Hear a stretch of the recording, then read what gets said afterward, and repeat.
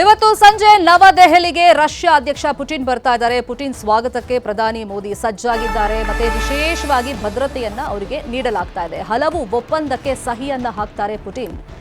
Trump ಸುಂಕಾಸ್ತ್ರಕ್ಕೆ ಇಬ್ಬರು ಅಂದ್ರೆ ಮೋದಿ ಮತ್ತೆ ಪುಟಿನ್ ರಣತಂತ್ರವನ್ನ ರೂಪಿಸಿದ್ದಾರೆ. ಮೋದಿ ಜೊತೆಯಲ್ಲಿ ದ್ವಿಪಕ್ಷೀಯ ಮಾತುಕತೆಯನ್ನ ಪುಟಿನ್ ನಡೆಸ್ತಾರೆ. ಪ್ರಮುಖವಾಗಿ ರಕ್ಷಣೆ, ವ್ಯಾಪಾರ, ಅಣುಶಕ್ತಿ ಬಗ್ಗೆ ಚರ್ಚೆಯನ್ನ ಮಾಡಿ ಒಂದಿಷ್ಟು ಒಪ್ಪಂದಗಳಿಗೆ ಉಭಯ ನಾಯಕರು ಸಹಿ ಹಾಕ್ತಾರೆ. 2 ದಿನದ ಭೇಟಿ ಆದರೆ 27 ಗಂಟೆಗಳ ಭೇಟಿ ಅಷ್ಟೇ ಇದು. ಆದರೂ ಕೂಡ ಒಂದ್ ಕಡೆ ಅಮೆರಿಕಾಗೂ ಟೆನ್ಷನ್ ತಂದಿಟ್ಟಿದೆ ಸುಂಕಾಸ್ತ್ರದ ವಿಷಯವಾಗಿ, ಮತ್ತೊಂದ್ ಕಡೆ ರಕ್ಷಣೆ ವಿಷಯವಾಗಿ ಪಾಕಿಸ್ತಾನ ಮತ್ತೆ ಚೀನಾಗೆ ನಡುಕವನ್ನ ಉಂಟು ಮಾಡ್ತಾ ಇದೆ ಉಭಯ ನಾಯಕರ ಈ ಭೇಟಿ. ಮತ್ತೆ ಇಲ್ಲಿ ಇವಾಗ ಬರ್ತಾ ಇರೋದ್ರಿಂದ ಪುಟಿನ್ ವಿಶೇಷವಾಗಿ ಒಂದು ಭದ್ರತೆಯನ್ನ ಅವರೆಲ್ಲೆಲ್ಲ ಹೋಗ್ತಾ ಇದ್ದಾರೆ, ಯಾವ್ಯಾವ ಕಾರ್ಯಕ್ರಮದಲ್ಲಿ ಪಾಲ್ಗೊಳ್ತಾರೆ ಅಲ್ಲೆಲ್ಲ ಒದಗಿಸಲಾಗ್ತಾ ಇದೆ. ಗುಡಿ ಈಗ ಒಂದು ಸುಂಕಾಸ್ತ್ರ, ಯಾಕಂದರೆ ಟ್ರಂಪ್ 50% ವಿಧಿಸ್ತಾರೆ, ಅದಾದಮೇಲೆ ನಾನು ಭಾರತದ ಮೇಲಿನ ಸುಂಕ ಕಮ್ಮಿ ಮಾಡ್ತೀನಿ ಅಂತ ಹೇಳಿದರು. ಬಟ್ ತೈಲ ಒಪ್ಪಂದವನ್ನು ನಾವು ರಷ್ಯಾ ಜೊತೆಗೆ ಮಾಡ್ಕೊಂಡಿರೋದ್ರಿಂದ ಈ ಭೇಟಿ ಅಮೆರಿಕಾಗೆ ಯಾವ ಥರ ಕಣ್ಣನ್ನು ಅರಳಿಸಿ ನೋಡೋ ರೀತಿ ಮಾಡಿದೆ. ಶರ್ಮಿತಾ, ಕಳೆದ ಸಾಕಷ್ಟು ಬಾರಿ ಪುಟಿನ್ ಅವರು ಭಾರತಕ್ಕೆ ಭೇಟಿಯನ್ನು ಕೊಟ್ಟಿದ್ದಾರೆ. ಪ್ರಧಾನಮಂತ್ರಿ ನರೇಂದ್ರ ಮೋದಿ ಕೂಡ ರಷ್ಯಾಗೆ ಭೇಟಿಯನ್ನು ಕೊಟ್ಟಿದ್ದಾರೆ. ಆದರೆ ಅವೆಲ್ಲ ಭೇಟಿಗಳಿಗೆ ಹೋಲಿಸಿದಾಗ ಈ ಬಾರಿಯ ಭೇಟಿ ಇದೆಯಲ್ಲ, ಇದು ಅತ್ಯಂತ ಮಹತ್ವವನ್ನು ಪಡೆದುಕೊಂಡಿರೋದು. ಕೇವಲ ಭಾರತ ಮತ್ತು ರಷ್ಯಾದ ಮಧ್ಯದ ದ್ವಿಪಕ್ಷೀಯ ಸಂಬಂಧ ಮಾತ್ರ ಅಲ್ಲ, ಅಂತಾರಾಷ್ಟ್ರೀಯವಾಗಿ ಜಿಯೋಪೊಲಿಟಿಕಲಿ ಆಗ್ತಾ ಇರುವಂತಹ ಬದಲಾವಣೆಗಳ ವಿಚಾರದಲ್ಲೂ ಕೂಡ ನಾವು ಗಮನಿಸಿದಾಗ ಇದು ಅತ್ಯಂತ ಮಹತ್ವವನ್ನು ಪಡೆದುಕೊಳ್ಳಲು ಹೋಗುತ್ತೆ. ನೀವು ಹೇಳಿದಾಗೆ ಈಗ 50% ಸುಂಕವನ್ನು ಅಮೆರಿಕ ಹಾಕಿರೋದು ಇವತ್ತು ಕೇವಲ ಭಾರತ ಒಂದೇ ಆ ಒಂದು ಲೀಸ್ಟಲ್ಲಿ ಇರುವಂಥದ್ದು. ಯಾಕಂದರೆ ಬ್ರೆಜಿಲ್ ಮೇಲೆ ಹಾಕಿದ್ರು, ಬ್ರೆಜಿಲ್ ಕೂಡ ಅಮೆರಿಕಕ್ಕೆ ಸರೆಂಡರ್ ಆಯಿತು, ಅವರ ಒಂದು ಸುಂಕವನ್ನು ತೆಗೆದರು. ಇಂಗ್ಲೆಂಡ್ ಆಲ್ರೆಡಿ ಸರೆಂಡರ್ ಆಗಿದೆ, ಅವರ ಮೇಲೆ ಕೂಡ ಸುಂಕವನ್ನು ಕಡಿಮೆ ಮಾಡಲಾಗಿದೆ. ಇನ್ನು ಚೈನಾ ಅಂತೂ ರೇರ್ ಅರ್ತ್ ಮಟೀರಿಯಲ್ ವಿಚಾರದಲ್ಲಿ ಬ್ಲ್ಯಾಕ್ ಮೇಲ್ ಅನ್ನು ಮಾಡ್ತು ಅಮೆರಿಕಕ್ಕೆ. ಹೀಗಾಗಿ ಅನಿವಾರ್ಯವಾಗಿ ಅವರ ಮೇಲೆ ಸುಂಕವನ್ನು ಕಡಿಮೆ ಮಾಡಬೇಕಂತ ಪರಿಸ್ಥಿತಿ ಬಂತು. ಆದರೆ ಭಾರತದ ಬಗ್ಗೆ ಎಷ್ಟೇ ಹೊಗಳಿಕೆಯ ಮಾತುಗಳನ್ನು ಟ್ರಂಪ್ ಆಡ್ತಾ ಇದ್ರು, ಈ ಬಾರಿ ಭಾರತ ಮತ್ತು ಅಮೆರಿಕ ಸಂಬಂಧವನ್ನು ಸಂಪೂರ್ಣವಾಗಿ ಈ 25 ವರ್ಷಗಳ ಕಾಲ ಏನು ಕಟ್ಟಿಕೊಂಡು ಬಂದಂಥ ಸಂಬಂಧ ಇತ್ತು ಅದನ್ನು ಒಡೆದು ಹಾಕಬೇಕು ಅನ್ನೋದಕ್ಕೆ ನಿರ್ಧಾರವನ್ನು ಮಾಡಿದಾಗೆ ಮೇಲ್ನೋಟಕ್ಕಂತೂ ಕಾಣಿಸ್ತಾ ಇದೆ. ಆ ಒಂದು ವಿಚಾರಕ್ಕೆ ಸಂಬಂಧಪಟ್ಟಾಗಿ ಈಗ 50% ಟಾರಿಫ್ ಭಾರತದ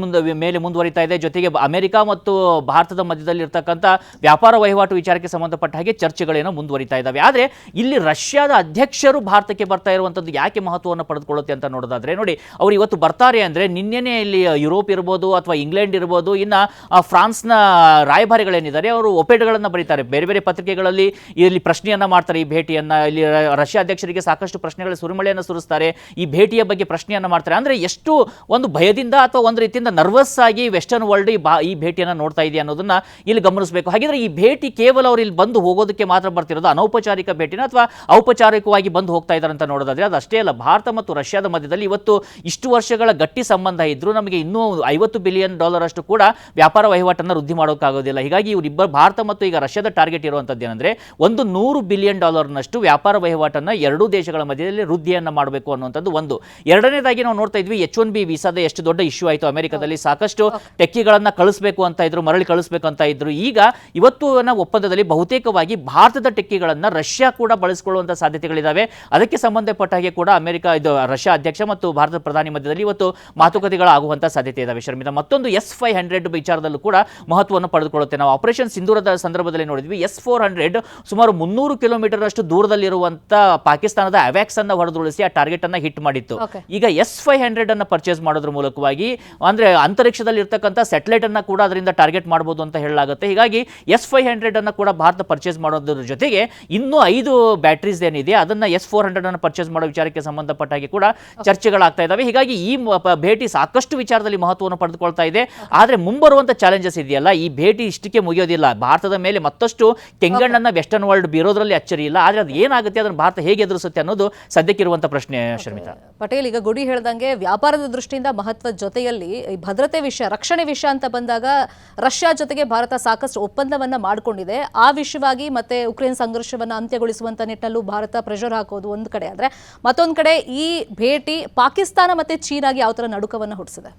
ನಿಮಗೆ ಭಾರತದ ಮೊದಲ ಪ್ರಧಾನಿ ಜವಾಹರ್ಲಾಲ್ ನೆಹರುವಿಂದ ಹಿಡಿದು ಮೋದಿಯವರೆಗೂ ಕೂಡ ರಷ್ಯಾ ಮತ್ತು ಭಾರತದ್ದು we are good old friends. ನಾವು ಜೊತೆಗೆ United state of Soviet Russia ಇತ್ತು ನೋಡಿ, ಅಲ್ಲಿ ಮಿಖಾಯಿಲ್ ಗೋರ್ಬಚೇವ್ ನಮಗೂ ಭಾಳಷ್ಟು ಅವತ್ತಿನಿಂದ ಭಾಳಷ್ಟು ಒಪ್ಪಂದಗಳು ಆಗಿರ್ತಕ್ಕಂಥದ್ದು. ನಿಮಗೆ ರಷ್ಯಾ ನಮಗೆ ಆಪ್ತ ಮಿತ್ರ ಕೂಡ ಹೌದು. ರಷ್ಯಾ ಭಾರತದ ಎಲ್ಲ ಕಾಲದಲ್ಲೂ ಕೂಡ ಕಾಲಘಟ್ಟದಲ್ಲೂ ಕೂಡ ನಮ್ಮ ಜೊತೆ ನಿಂತಿರ್ತಕ್ಕಂಥದ್ದು ಮತ್ತು ರಷ್ಯಾ ಕೂಡ ನಾವು ಅನಿವಾರ್ಯ ಆಗಿದ್ವಿ. ವಿಶ್ವಸಂಸ್ಥೆಯ ಭದ್ರತಾ ಮಂಡಳಿಯಲ್ಲಿ ರಷ್ಯಾ ಕೂಡ ಇರ್ತಕ್ಕಂಥದ್ದು. ರಷ್ಯಾಗೆ ಭಾರತ ಕೂಡ ಎಷ್ಟು ಅನಿವಾರ್ಯ, ಭಾರತಕ್ಕೂ ಕೂಡ ರಷ್ಯಾ ಅನಿವಾರ್ಯ ಆಗಿರ್ತಕ್ಕಂಥ. ಯಾಕಂತ ಹೇಳಿದ್ರೆ ನಿಮಗೆ ಯುರೋಪ್ ಕಂಟ್ರೀಸ್ಗಳು ಒಂದು ಏಕಸ್ವಾಮ್ಯತೆ, ಅಮೇರಿಕದ ದೊಡ್ಡಣ್ಣನ ಏಕಸ್ವಾಮ್ಯತೆ, ಇವೆಲ್ಲದರ ನಡುವೆ ಕೂಡ ನಮ್ಮಂಥ ಅತಿ ದೊಡ್ಡ ಪ್ರಜಾಪ್ರಭುತ್ವ ವ್ಯವಸ್ಥೆ ಇರ್ತಕ್ಕಂಥ ಭಾರತದ ಸಹಾಯ ಕೂಡ ಅದಕ್ಕೆ ಬೇಕಾಗಿರ್ತಕ್ಕಂಥದ್ದು. ಈಗ ಪುಟಿನ್ ಅವರು 23ನೇ ರಷ್ಯಾ ವಾರ್ಷಿಕ ಶೃಂಗಸಭೆಗೆ ಬರ್ತಿರ್ತಕ್ಕಂಥದ್ದು.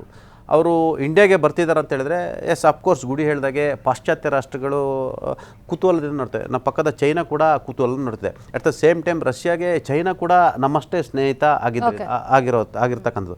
ಮತ್ತು ಇಂಡಿಯಾ ಪಾಕಿಸ್ತಾನ ವಿಚಾರದಲ್ಲಿ ಯಾವತ್ತೂ ಕೂಡ ನಮ್ಮ ಪರವಾಗಿ ರಷ್ಯಾ ಇರ್ತಕ್ಕಂಥದ್ದು. ಮತ್ತು ಪ್ರಮುಖವಾಗಿ ಯಾವುದೇ ರಾಷ್ಟ್ರಗಳು ಮತ್ತು ನಮ್ಮ ರಾಷ್ಟ್ರ ಬೇರೆಗೆ ಹೋದರೂ ಅಲ್ಲಿ ವ್ಯಾಪಾರ ದೃಷ್ಟಿ ಇದ್ದೇ ಇರುತ್ತೆ, ವ್ಯಾಪಾರ ವಹಿವಾಟು ಒಪ್ಪಂದಗಳು ಇದ್ದೇ ಇರ್ತವೆ.